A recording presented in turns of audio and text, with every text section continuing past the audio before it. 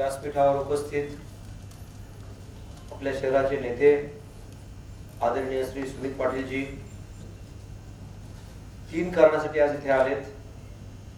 सगळ्यात पहिलं कारण ते सभागृह नेते होते, त्याच्यामुळे सर्व लोकप्रतिनिधींचं प्रतिनिधित्व ते करतील आणि करत आहेत। दुसरं कारण माननीय केंद्रीय राज्यमंत्री पंचायत राज आदरणीय श्री कपिल पाटील साहेब यांचे प्रतिनिधी म्हणून देखील ते इथे आलेले आहेत। आणि तिसरं, आत्ताच त्यांनी भाषणात सांगितलं की त्यांचं महानगरपालिकेवर किती प्रेम आहे। या 3 गोष्टीसाठी श्री सुमित पाटील साहेब आलेत, त्यांचं मनपूर्वक स्वागत।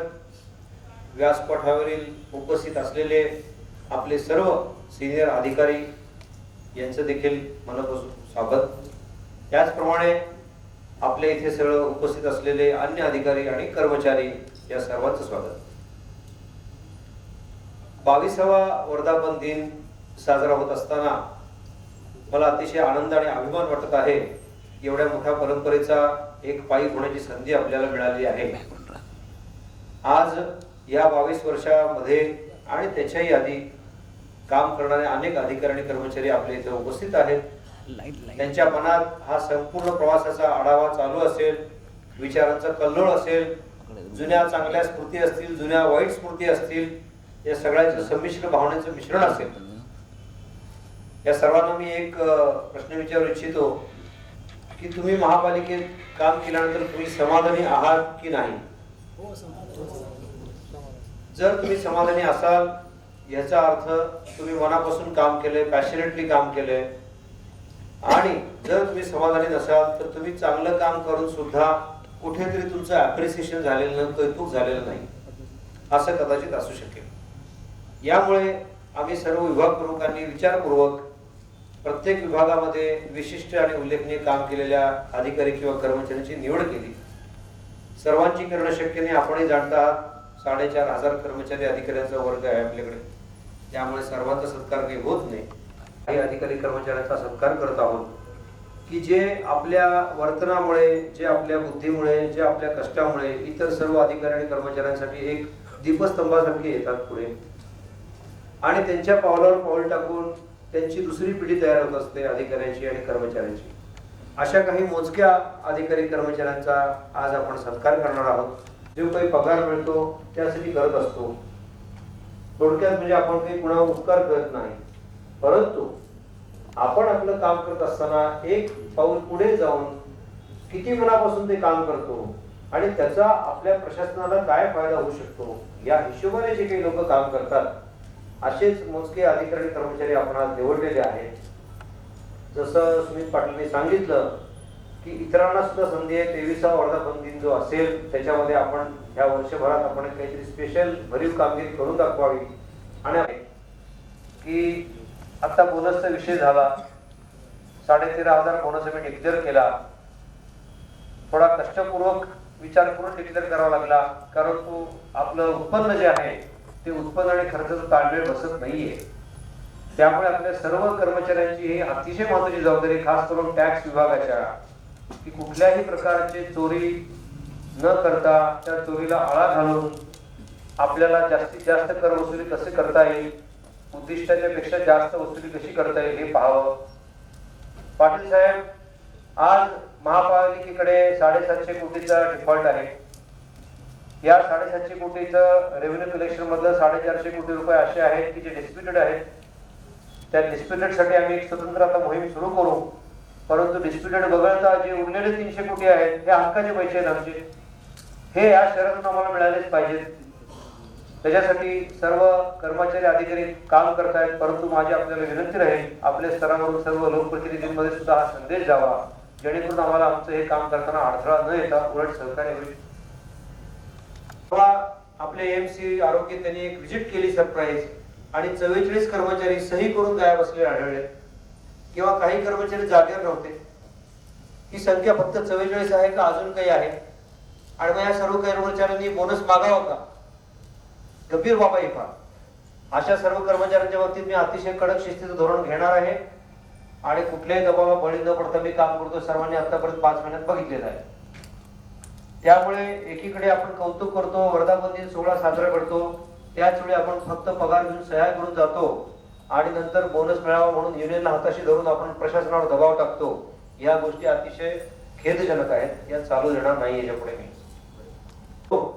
आपल्याला हे जे शहर करायचं आहे तयार, हे आपण आपल्यासाठी दुसरं करत नसून येणाऱ्या पिढीसाठी करतोय, आपल्या कुटुंबासाठी करतोय, आपल्या सर्व ह्या शहरातल्या नागरिकांसाठी करतोय.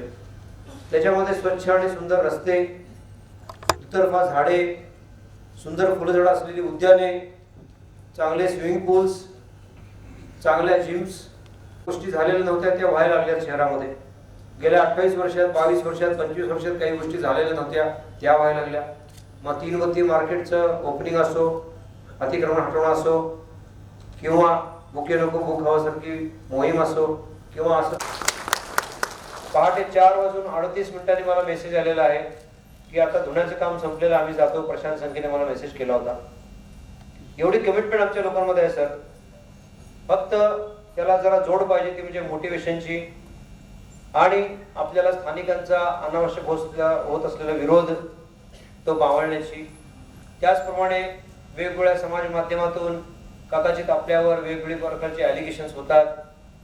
आपण आपलं जर काम सुधारलं तर ॲलिगेशन व्हायला चान्स मिळत नाही. पेपरमध्ये येणाऱ्या बातम्या ज्या असतात त्या आपल्या डोळ्यामध्ये अंजन घालतात. प्रशासन कुठे कमी पडतंय ते दाखवत असतात. त्यामुळे त्या बातम्यांकडे आपण सकारात्मक पद्धतीने बघायला पाहिजे आणि कुठलंही आमिषाला बळी न पडता, कुठल्याही प्रकारची भीती न बाळगता तुम्ही मनापासून छाती ठोकपणे काम करा. संपूर्ण प्रशासन आमचं स्टेजवर बसलेलं आपल्या पाठीशी उभा, एवढं तुम्हाला मी ग्वाही देतो. आपण कोणावर अन्याय करणार नाही ही जर खात्री झाली तर आपल्यावर कोणी अन्याय करणार नाही याची जबाबदारी मी आयुक्त म्हणून घेतो. याबद्दल तुम्ही निश्चिंत राहा. जेव्हा आपल्याकडे वेगवेगळ्या दिवशी वेगवेगळ्या कारणास्तव वेगवेगळ्या प्रकारची माणसं येतात आणि रिपिटेटिव्ह कंप्लेंट होतात, त्याच्या मागे काहीतरी आपल्याला एक संदेश असतो की ह्या प्रकारचा जो एरिया आहे इकडे आपलं लक्ष कमी गेलेलं आहे, आपल्याला सुधारण्याचे मौका आहे. फॉर एक्झाम्पल तुम्हाला सांगतो, मी जेव्हा चार्ज घेतला त्यावेळी कमीत कमी 50 ते 75 लोकांची तक्रारीचा दिवस सोमवार आणि शुक्रवार त्यावेळी त्यांची वर्दळ असायची. आता ती 15 ते 20 पर्यंत कमी आलेली आहे. कुठेतरी समाधान वाटतं की आपण आलेल्या लोकांना आधीच्या न्याय दिला. कारण येणारे प्रत्येक माणूस म्हणत होता, साहेब 2 साल हो गया, 3 साल हो गया, कोई सुनवाई नहीं, हमको कोई रिजल्ट नहीं मिल रहा है. अशी परिस्थिती असताना आपल्या प्रभाग अधिकाऱ्यांनी मनापासून मी केलेल्या आव्हानाला प्रतिसाद देऊन पुढे जाऊन काम केलेलं आहे. आपल्या कर्मचाऱ्यांनी पण सहकार्य केलेलं आहे आणि बऱ्याचशा कंप्लेंट आपण ज्या रिपिटेटिव्ह आहेत त्या बंद करण्यामध्ये आपल्याला यश मिळालं. At the same time Patil साहेब, मी आपल्याला सांगू इच्छितो ऑन द रेकॉर्ड 750 अतिक्रमण आपल्या लोकांनी हटवलीत सर या अल्प कालावधीमध्ये. ही एक वर्ल्ड रेकॉर्ड म्हणायला हरकत नाही. कारण भिवंडी शहराची जी काही परिस्थिती झालेली आहे त्याचं बेसिक कारण काय आहे की इथे येणारे migrated labour, power loom industry एवढी मोठ्या प्रमाणात झाली. भारतात 1 नंबरचं मँचेस्टर ज्याला म्हणतात तसं होतं भिवंडी. आणि यासाठी येणारे जे लेबर होते त्यांच्या घराचा कोणी विचारच केला नाही, त्यांच्या रहिवासाचा विचारच केला नाही, त्यांच्या वैद्यकीय सुविधांचा कोणी विचारच केला नाही. मग डिमांड सप्लाय असतो मार्केटमध्ये, त्या हिशोबाने या सगळ्या वर्कर लोकांसाठी घराचा प्रश्न निर्माण झाला. अशा वसाहती न झाल्यामुळे इलिगल कन्स्ट्रक्शन वारेमाप वाढली. शेवटी माणूस आहे तो कुठेतरी राहणार, काहीतरी उपजीविका करणार. आज रस्त्यावर ते लोक ठेले मांडून बसतात, आम्ही त्यांना हलवतो हटवतो. कुठेतरी आम्हाला दुःख देखील होतं यासाठी की आपण त्याच्या पोटावर गदा आणतो. परंतु जर आपण त्याला पर्यायी व्यवस्था दिली तर आपली दोन्ही हेतू साध्य होणार आहे की अतिक्रमण पण राहणार नाही, ऍट द सेम टाइम त्या जीवाची काळजी घेतली जाईल. प्रशासनाचा कमिशनर आणि टीएमसी प्रभाग अधिकारी त्याच्यामध्ये माणुसकी हा पण एक भाव आम्ही ठेवलेला आहे. केवळ कागदावर रूल करून आणि ते रुथलेसली वापरून काम केलं म्हणजे फार काही चांगलं महापालिकेने काम केलं असं नसून, मूळ मुद्द्याला हात घालून मूळ समस्या काय आहे त्या समस्येवर जर आपण निराकरण केलं तर ते सोपं होईल असं मला प्रामाणिकपणे वाटतं. ह्या अँगलला आम्ही काम करतोय. एकीकडे आपल्याला मी अभिमानानं सांगू इच्छितो की आपला आरोग्य विभाग जो आहे तो डॉक्टर बुशरा मॅडमच्या नेतृत्वाखाली खूप चांगलं काम करतोय. आत्ताच आपल्याला 2ऱ्या नंबरचं संपूर्ण जिल्ह्याचं प्राइज मिळालेलं आहे. ठाण्यामध्ये आपण वेगवेगळ्या मोहीम आहेत. एका टीबी पेशंटला 500 रुपयाचा खर्च एका महिन्याचा आपण पोषण आहार म्हणून देतो, असे आपल्याला फक्त त्याला 6 महिने सांभाळायचं आहे. सगळा मिळून 3000 रुपयाचा खर्च आहे. मी माझ्यापासून सुरुवात करतो आहे. बुशरा मॅडमला मी सांगितलेलं की एक तरी व्यक्ती अपॉइंट करावी, ती मी ग्रुपवर मेसेज टाकेन, त्याच्याकडे आपण हे पैसे जमा करू शकता आणि हे पैसे निक्षय मित्र या योजनेखाली आपण त्या टीबी पेशंटला जो अतिशय गरीब आहे, या मायग्रेटेड लेबरचा भाग आहे, त्याला 500 रुपयाचं जे काही पोषण मूल्याचा आहार जो आहे तो घेणं सुद्धा मुश्किल आहे स्वतःच्या खिशातनं, कारण तो रोजीरोटीवर जगणारा माणूस आहे. परंतु घरातले दोन्ही आमदार अतिशय सक्रिय आहेत आणि आपल्या वेगवेगळ्या रस्त्यांच्या योजनेसाठी, वेगवेगळ्या कामासाठी ते फंड आणण्यासाठी काय मदतशील राहिलेले आहेत. प्रशासन त्यांचा अतिशय ऋणी आहे, कारण जर त्यांनी हे फंड नसते आणले तर आपल्याला मोठी कामं करणं अशक्य आहे. त्याचप्रमाणे MMRDA सारख्या संस्था ज्या आहेत त्यांनी पुढाकार घेऊन शहरातले कॉन्क्रीट रस्ते तयार करायचं काम घेतलेलं आहे, PWDने घेतलेलं आहे. रवींद्र चव्हाण साहेबांचे पण मी त्यासाठी आभारी आहोत. याचबरोबर अजून एक सांगू इच्छितो की आपलं जे 3 बत्ती मधलं जे मार्केट आहे, मला कपिल वडे साहेबांनी शब्द दिलेला आहे की वैद्य साहेब तुम्ही ह्या मार्केटचं डेव्हलपमेंट करा, त्याच्यासाठी लागणारे फंड्स मी तुम्हाला उपलब्ध करून देतो. त्याच्यामुळे आपल्याला एक नवीन चांगलं निरोगी स्वच्छ सुंदर मार्केट बघायला मिळेल भविष्यामध्ये. ॲट द सेम टाइम आपल्या शहराचा मानबिंदू असलेला वराळा देवी तलाव, त्या तलावासाठी आपल्या पर्यावरणाच्या लोकांनी खूप मेहनत घेतली, परंतु ती पूर्ण होत नाही, सफिशियंट नाही आहे, कारण त्याच्यासाठी सुद्धा खूप फंड लागणार आहेत. परंतु त्यासाठी सुद्धा आदरणीय कपिल पाटील साहेबांनी पुढाकार घेऊन वराळा देवी शुद्धीकरण आणि सुशोभीकरण यासाठी मोठे फंड आणायचं कार्य हाती घेतलेलं आहे. ते ज्यावेळी फंड्स येतील त्यावेळी आपल्याला वराळा देवी तलावाच्या बाजूला जसं ठाण्यामध्ये तलावपाळी आहे की तुम्ही जाऊन कुटुंबासमेत आनंदानं वेळ घालवू शकता, बोटिंग करू शकता, भेळ खाऊ शकता, अशा स्वरूपाचं एक सुंदर सेंटर आपण तयार करू. या भिवंडी शहरामध्ये असलेले सगळे जे काही झोपडपट्ट्या आहेत, जे काही अनधिकृत बांधकाम आहे, जे अस्ताव्यस्त पसरलेलं शहर आहे, याला कुठेतरी नियोजनाची अतिशय गरज आहे. मग ती क्लस्टर योजना असो, SR योजना असो, याच्यासाठी सुद्धा माझा पाठपुरावा महाराष्ट्र शासनाच्या स्तरावर चालू आहे. आपल्याला मी सांगू इच्छितो की आत्ताच अधिवेशन चालू आहे. माझी लक्ष ठेवा, फंड्स द्यायची जबाबदारी माझी. एवढा शब्द त्यांनी दिला, तो तिथूनच मी फोन केला आमच्या दोन्ही ॲडिशनल कमिशनरला आणि ते रातोरात कामाला लागून शहर स्वच्छता अतिशय युद्ध पातळीवर घेतलेली आहे. एक 15 दिवसाची आमची संपूर्ण हे मिशन राहील आणि त्याच्यानंतर हे रिपिटेटिव्ह मिशन पिरियडिक राहील. ॲट द सेम टाइम आता आपण अभय योजना आणलेली आहे टॅक्ससाठी, परंतु प्रत्येक वेळी व्याज माफी करणं हे काही चांगलं लक्षण नाहीये, कारण हे व्याज सुद्धा आपल्या हक्काचं होतं. लक्षात ठेवा, न भरलेला कर आणि त्याच्यावरचं व्याज हा आपला हक्क आहे. हा आपला हक्क आपण अभय योजनेत सोडतोय केवळ आणि केवळ एक विशेष बाब म्हणून, परंतु ही रिपिटेटिव्ह होणार नाही याची सर्व कर्मचाऱ्यांनी काळजी घ्यावी. टॅक्स विभागाच्या कर्मचाऱ्यांच्यावर संपूर्ण भिवंडी शहराची मदार अवलंबून आहे. त्यामुळे तुम्ही या शहराचे पोषण करते, पालन करते आणि हे शहराचे बचाव करते पण तुम्हीच आहात.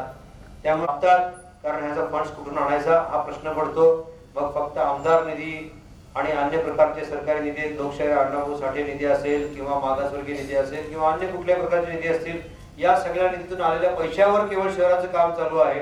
परंतु आतापर्यंत जो काही माझा अनुभव आहे तो असा दिसतोय की एवढी वर्षे करोडो रुपये खर्च होऊन सुद्धा प्रॉपर नियोजन नसल्यामुळे अजूनही एकही रस्ता धड नाहीये.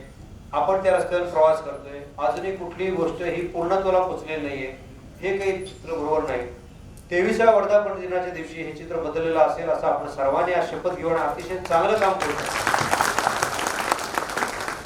तर आता मी जास्त काही वेळ घालवत नाही. मला जे बोलायचं ते मी बोललेलो आहे. प्रत्येक अधिकारी कर्मचाऱ्यांनी ते गांभीर्याने घ्यावं, कारण मी स्वतः या बाबतीत अतिशय सिरियस आहे की हे शहर ही माझी खांद्यावरची जबाबदारी आहे. ही प्रामाणिकपणे पूर्णपणे चांगल्याप्रमाणे पार पडण्यासाठी मी प्रयत्न करेन.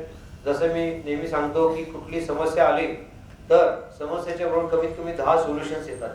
तर लेटेस्ट काय करावी ह्याच्यासाठी सर्व अधिकारी कर्मचाऱ्यांनी आपला अनुभव, आपली बुद्धिमत्ता पणाला लावायची आहे आणि सोल्युशन मिळवून त्याप्रमाणे आपण सगळ्या समस्येतून मार्ग काढायचा आहे. मला खात्री आहे भिवंडी शहर जे एकेकाळी अतिशय श्रीमंत शहर होतं, औद्योगिक शहर आणि ठाण्याच्या अगदी जवळ, कल्याणच्या अगदी जवळ, समृद्धी महामार्ग जवळ आता येणारा एक नवीन जलमार्ग आहे, त्याच्यापासून आपण अवघ्या 18 किलोमीटर अंतरावर आहोत. इतकी सगळी कनेक्टिव्हिटी असलेलं भारतातली फार कमी शहर त्यातलं हे भिवंडी शहर आहे. त्याचप्रमाणे आता नवीन ब्रिज जो शिवडी नावाशिवाय ओपन होत आहे त्याच्यामुळे आपल्या इथली पण कनेक्टिव्हिटी वाढेल. त्याचप्रमाणे एअरपोर्टला सह जाणारे रस्ते आपले तयार होत आहेत, ते रस्ते थेट एअरपोर्ट पर्यंत पोहोचवतील. अशा प्रकारची सगळ्या प्रकारची डेव्हलपमेंट जेव्हा आपल्या शहरात होत असते त्यावेळी जर आपण मागे खेडे असल्यासारखं एखादं खेडेगाव असल्यासारखं आपण जर शहर ठेवलं तर पाटलांनी सांगितलं की ह्याच्याही पेक्षा मोठा ग्रँड सोहळा 110% करू, आपण काहीतरी करून दाखवू आणि मग जनतेसमोर येऊ असं मी सर्वांना आवाहन करतो. जय हिंद, जय महाराष्ट्र.